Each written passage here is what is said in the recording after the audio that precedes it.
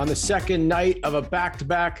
The Raptors shocked the Denver Nuggets, taking this one 127-115. I'm Randy Urban, and welcome to Raptors Night Cap. Tonight, we're joined by Amy Audibert, Leo Rautins, and Paul Jones. All of you, this question is for each one of you, so I want you to think about it while I'm talking about it. What's one word to describe this Raptors performance, and then give me a little description why? I'm going to start with you, Jonesy.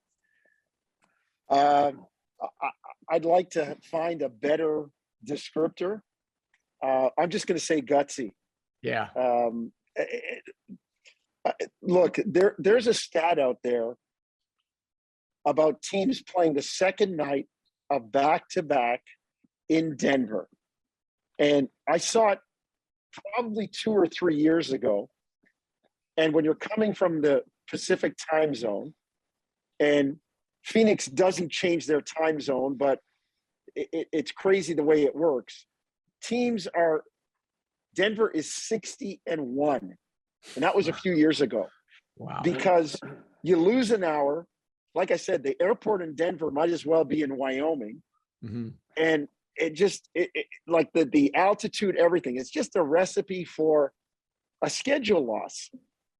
And the Raptors kept hanging in tonight.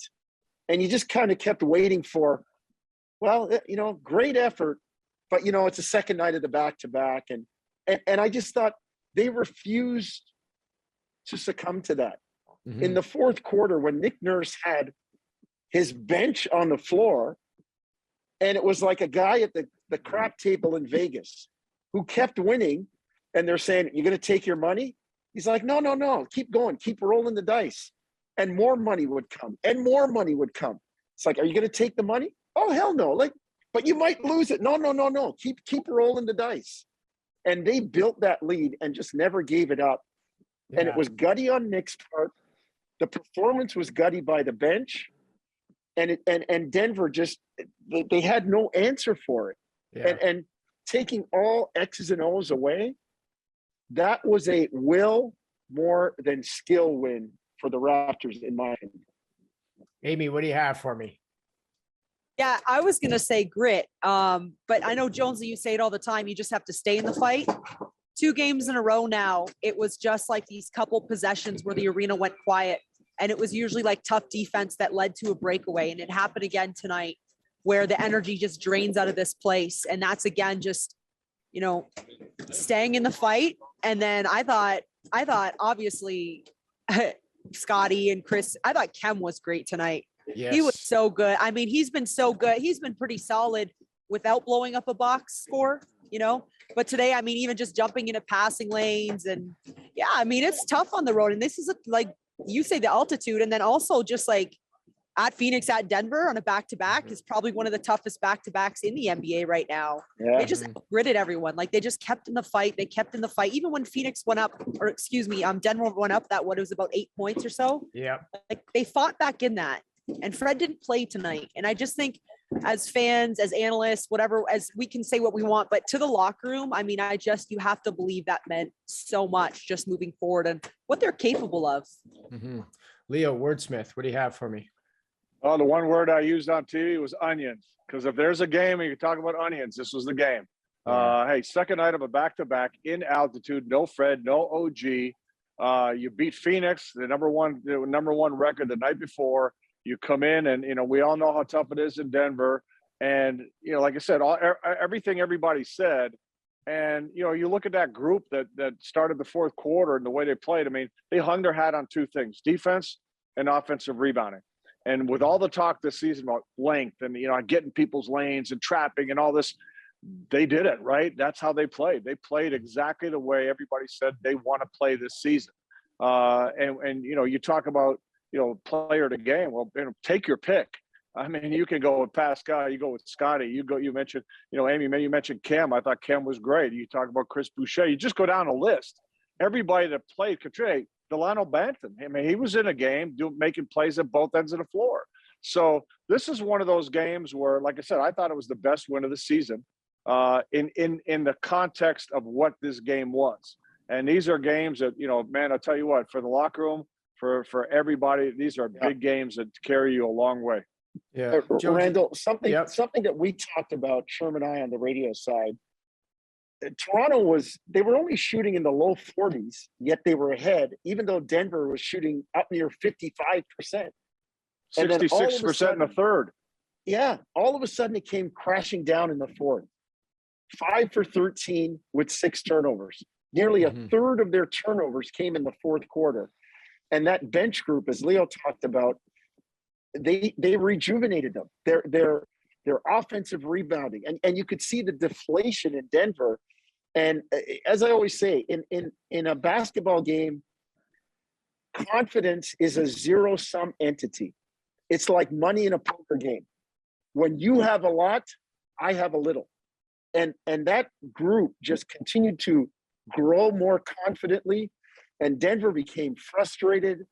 And Jokic, like, offensive fouls. Cousins couldn't get his hands on the ball.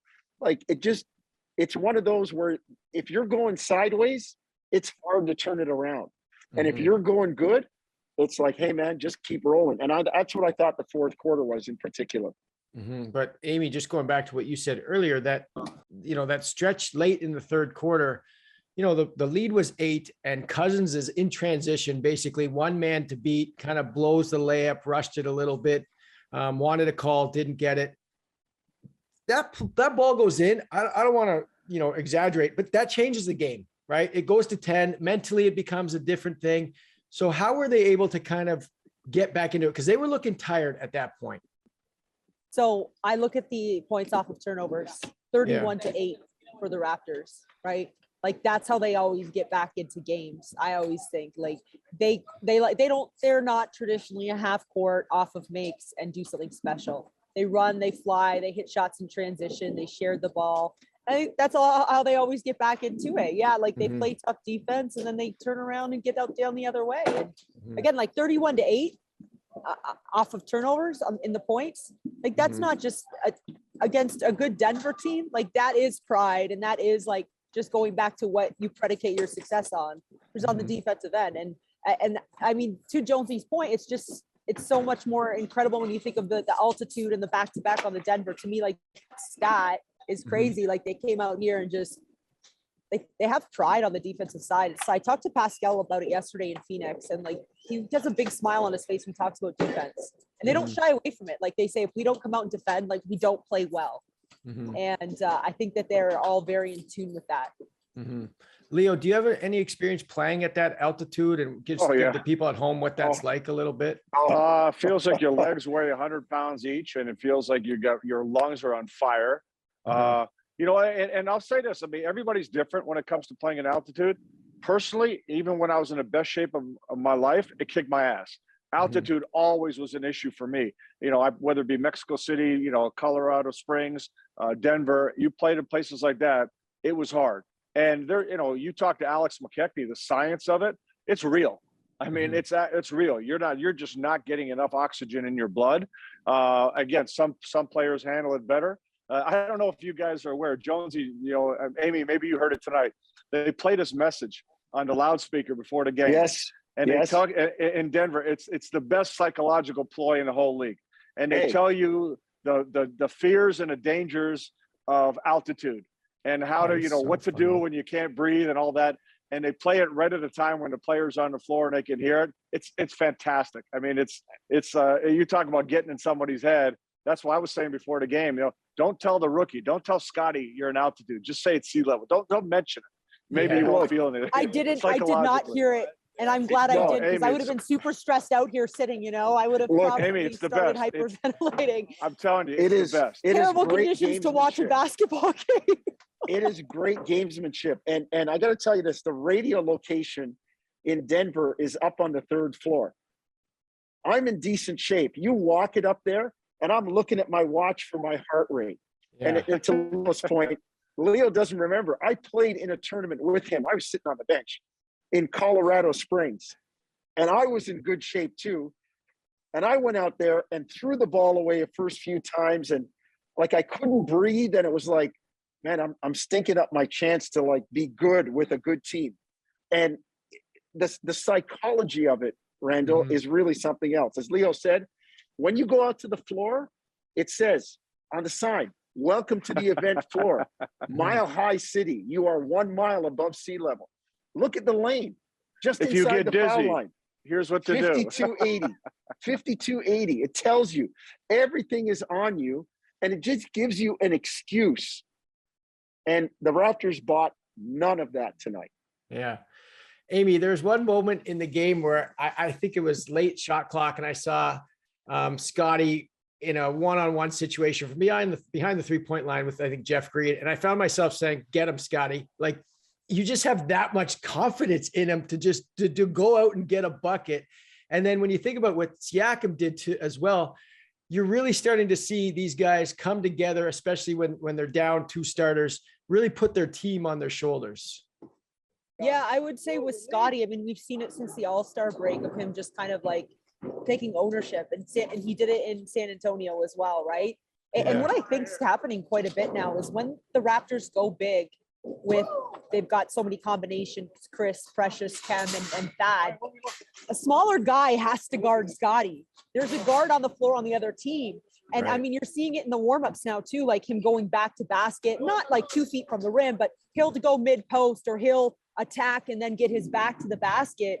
And I mean, he was even challenging at Jokic at times out there. And I'm not saying like walking in saying I'm going to disrupt Nikola Jokic. No one really does that, but he fought. And so he got a couple tips and he got a couple rebounds. And I mean, it's impressive. And again, like we could sit here and talk about it, but I think when Scottie watches the film, just in terms of like confidence and just like really belonging here and needing to do that for this team to be successful is really important. I think it's the poise and the timing with it too, Amy. He knows he can do it.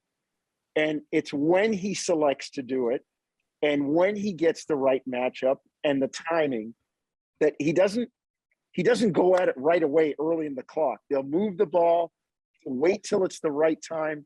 And Randall, goes back to what I talked about last night. Somewhere, some kid has taught this guy, somebody has taught this kid the game properly around timing and team play and his intuitive nature of when to do things. I mean, he steps inside for a big rebound last night in Phoenix. He makes 2 strips here tonight. Like he's 20, playing like a guy who's been in the league for 10 years. Wait till he really learns how to play. Like, wait till he fills out his skill set. And it's phenomenal to watch this kid. Phenomenal. Leo, we'll get out on this one, but I just want to quickly give Boucher his flowers. I know that's what the kids are saying nowadays. He's in there. He's cleaning up the scraps, not forcing things, coming up with those kind of plays that he's capable of. He's just really found his identity, and it's awesome.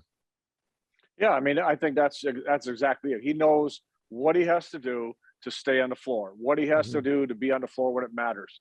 And you look at the effort he's giving at a defense, and it's not just blocking shots. It's trying to play with position, trying to cut people off. His work on the glass at both ends is tremendous. And even today, he knocked down some threes, but they were the right shots to take, right? Way different from past years where, hey, I'm going to show you I can shoot. I'm going to show you I can make this. No, he took the right shots. So he's really showing an understanding of what he has to do and the impact he can make because of that. All right, Amy, you got to get to that plane ride. We all know here that a win like this, the plane trip to the next city is the best. It's so much better than after a loss. Looking forward to it. Yeah, enjoy especially that. when it's LA. That's right. That's right. Leo knows. I've saved all my per diem for Rodeo Drive. Yeah. I've been given some tips. Yeah, you have to have 2 seasons of per diem for that. All right, next game for the Raptors, Monday night in LA against the Lakers. Tip-off goes at 10:30 p.m. Eastern. We'll see you then.